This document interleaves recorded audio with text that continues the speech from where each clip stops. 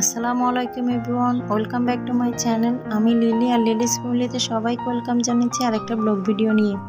আশা করি দেশে বা দেশের বাইরে, কাছে বা দূরে যে যেখান থেকে আমার ব্লগটি দেখছেন এবং শুনছেন, সবাই আল্লাহর অশেষ রহমতে ভালো আছেন, সুস্থ আছেন। আলহামদুলিল্লাহ, আমিও আমার পরিবারের সবাই আল্লাহর অশেষ রহমতে ভালো আছি, সুস্থ আছি।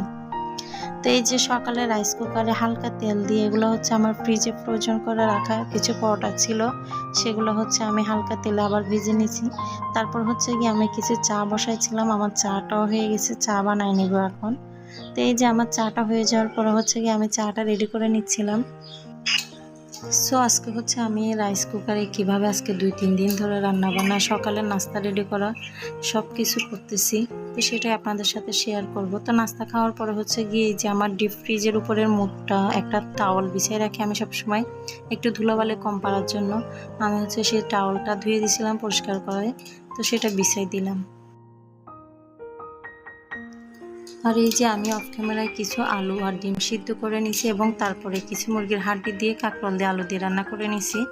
আর এরপরে হচ্ছে গিয়ে আমি কিছু ডিম দিয়ে আলু দিয়ে, কেউ আলুর কি বলে আলুর ঘাটি বলে, কেউ আলুর দম বলে, এগুলো রান্না করে নিচ্ছি।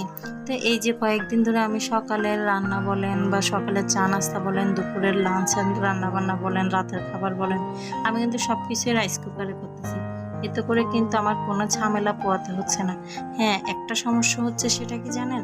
সেটা হলে যেখানে আপনার চুলায় রান্না বান্না করতে হয়তো বা আধা ঘন্টা সময় লাগতো, একটা তরকারি হতে 20-25 মিনিট সময় লাগে, আর এখানে হচ্ছে আপনার তার চেয়ে ডাবল সময় লাগবে, এটাই হচ্ছে সমস্যা।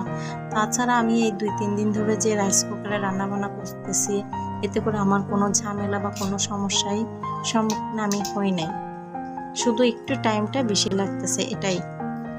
তো তারপর আমি রান্নাটা বসে দিয়ে হচ্ছে আমার ব্যালকনিতে চলে গেছি। কিছু এই যে ধনে পাতাগুলো ছিল, এখান থেকে কিছু টাটকা ধনে পাতা নিয়ে হচ্ছে তরকারিতে, যাতে করে ফ্লেভারটা ভালো আসবে।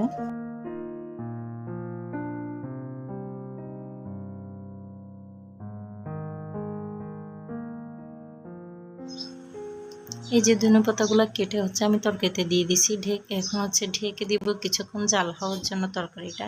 আর তার ফাঁকে হচ্ছে কি আমার বাচ্চারা কি করতেছে দেখেন, কেউ মোবাইল দেখতেছে, কেউ হচ্ছে দুষ্টামি করতেছে, এগুলো সারাদিনই চলতে থাকে আমার বাসায়।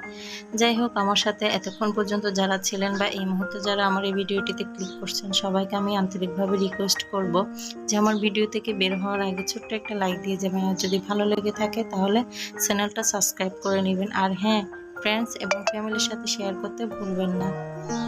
তো এটা হচ্ছে গিয়ে আমি বেশ কিছুদিন আগে গ্রামে একটা বিয়ের দাওয়াতে গিয়েছিলাম, হচ্ছে সেখানে আমার দৃশ্যটা অনেক বেশি ভালো লাগছে, সেটাই হলো ক্যামেরা বন্দি করে আপনাদের সাথে এখন শেয়ার করলাম। আর আমার ফ্যামিলি মেম্বার যারা জয়েন্ট হয়েছেন তাদের সবাইকে আমি আন্তরিকভাবে অনেক অনেক ধন্যবাদ জানাই। অনেক অনেক আপুরা আমাকে অনেক কমেন্ট করেন, আমার খুবই ভালো লাগে। আমি আন্তরিকভাবে সেই সব আপুদেরকে অনেক অনেক ধন্যবাদ জানাই, ভাইয়াদেরকেও।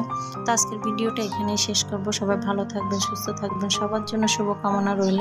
আল্লাহ হাফেজ, আসসালামু আলাইকুম।